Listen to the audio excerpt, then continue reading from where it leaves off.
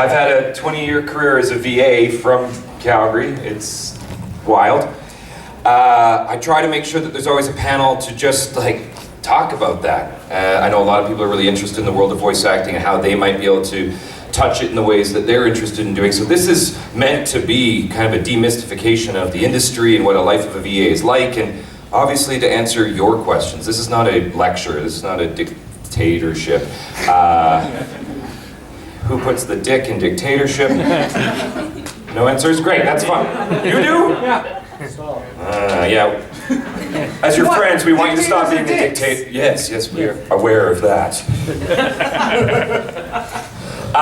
So, some of the things that I'm known for are on the banner. I just find it's nice to have a visual reference that yes, I actually deserve to be here. I know that took a long time for me to get over my imposter syndrome, so now I just stand in my power that I've done some things, and it's pretty great that I've been able to do them from here.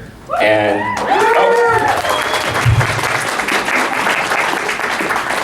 save your applause for anytime. It's fine. And now that I get to, I've been doing OdaFest for 10 years, as I said, at opening ceremonies, but, last year I did Detroit and Dallas and Quebec. So it's been really interesting that I'm starting to get to go out more and more to visit other cities and see kind of what their cons are like, but also what their communities are like. I'm really used to ours, and I'm really in love with ours. And the nice news I guess I can relay is that it's pretty much like this at every anime convention in North America I've been to, which, if anyone else is feeling the temperature of the world's a little spicy right now, that's a really soothing salve to be reminded that there's lots of great people everywhere. And that it's not just us doing our best against the tyranny of dictatorship. But that these types of communities, they really revel in celebration. They really revel in expression. And I get to be an expressor for a living. And I think that's part of my favorite part of being a voice actor is, I've been told I'm too short, or that my voice is too deep for the way I look, or all these things where the visual was a problem, or you're not big enough, you're not strong enough, you're not manly enough, all the things that are, whatever, people have their opinions in the casting world. But in voice work, it really doesn't matter. I work with some incredible people from all over the world that, whether they're wheeling into the booth on their wheelchair or whether they are having some additional support that allows them to express themselves, all bodies that are able to produce sound are able to find some way to contribute to the world of voice acting. So I never want anyone to feel like, I have a weird voice, I can't possibly participate. No, weird voices are great. Weird voices are really lovely, and they're unique and interesting. And certainly, we want to get better at expressing ourselves, but I think I've changed somewhat how I feel about that over the last 20 years. Because it used to be, of course, you do the exercises, right? Red leather, yellow leather, blue leather, green leather, and you do the work. And that's worth it. I want everyone to get better at being them. And some of it's going to be skill development, and we can talk about that, how to stay healthy and how to work on your instrument, because it's, it's a weird sack of wet meat that makes sound. And so far, we only talk to each other. At least, they say there's aliens, but they're not really talking to us much. And maybe if we got better at expressing and communicating ourselves, they'd be more inclined. So if you are interested in trying out various aspects of VO, voiceover, or voice acting, then I guess I want to just demystify that you don't have to be something else than what you are. You just have to get really good at what you are. And there's a bunch of ways to do that. One is just you try. You read something out loud, you see how much you hate it, and then you hopefully hate it less the next time you do it.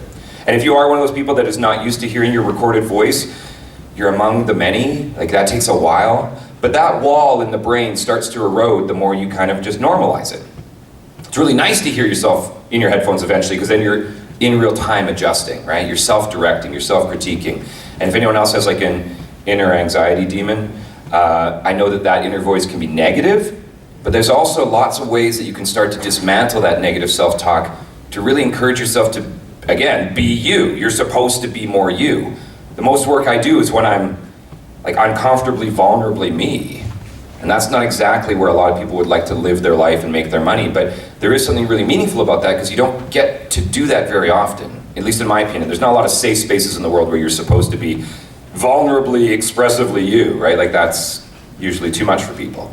But on the microphone, your characters are going through the biggest, hardest moments of their lives. If you're attracted to character work, obviously, there's audiobook, narration, commercial work, from a bunch of different things you can do, and they're worth pursuing if those are of interest to you. But in character work, if you get the honor of, like as Michaela said yesterday on our panel, to breathe life into that character, for the moment that you are their breath, you are the engine that makes them go, that's an honor, and then it's a responsibility. How do you let them have their day? How do you let them have their moment? And usually that means being uncomfortably raw. You have to be present. And if you're present for them, then you're going through some of these things with them. And yeah, we know a lot of character work, especially in the anime and video game world, is intense, emotional, and as a VA, pretty cathartic to be allowed to scream and cry and yell and laugh and express big moments from your character's perspective, but that doesn't mean you don't get affected. And I know that for some people that's just really scary, because emotions can be really scary. A lot of times our emotions are not in our control, and so they're a product of, external and perhaps dangerous types of influences. And here we're actually asking the body to turn that on. Give me some fear, give me some anger, give me some sorrow, give me some joy.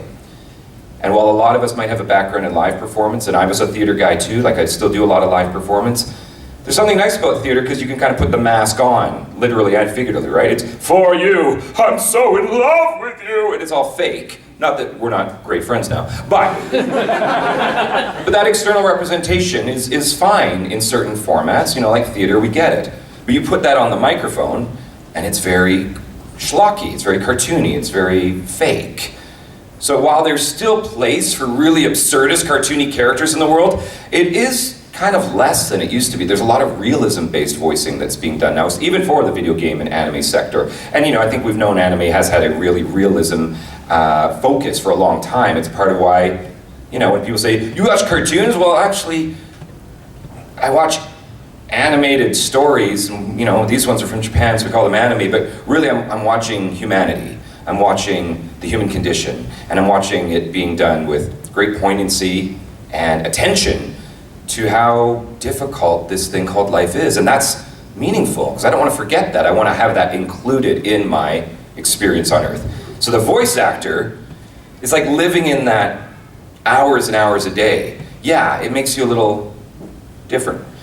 But it's also a really nice reminder that we're supposed to have that connection. We're supposed to be processing. We're supposed to be working through the emotions and challenges of the human condition. And so our characters do that every time we turn the page. And so you get better and better at being allowed to be that, and then also to ask yourself, what else you got? What else does that feel like? Because that internal hit, it is pretty cathartic. I know I'll never be the same. Shook my world so hard again. Wish I washed away my sins. He's a dead man walking, blank stare in his eyes. Should have given up on the ones I trust. Never should have been surprised when they shot him down. Cold blood to the ground.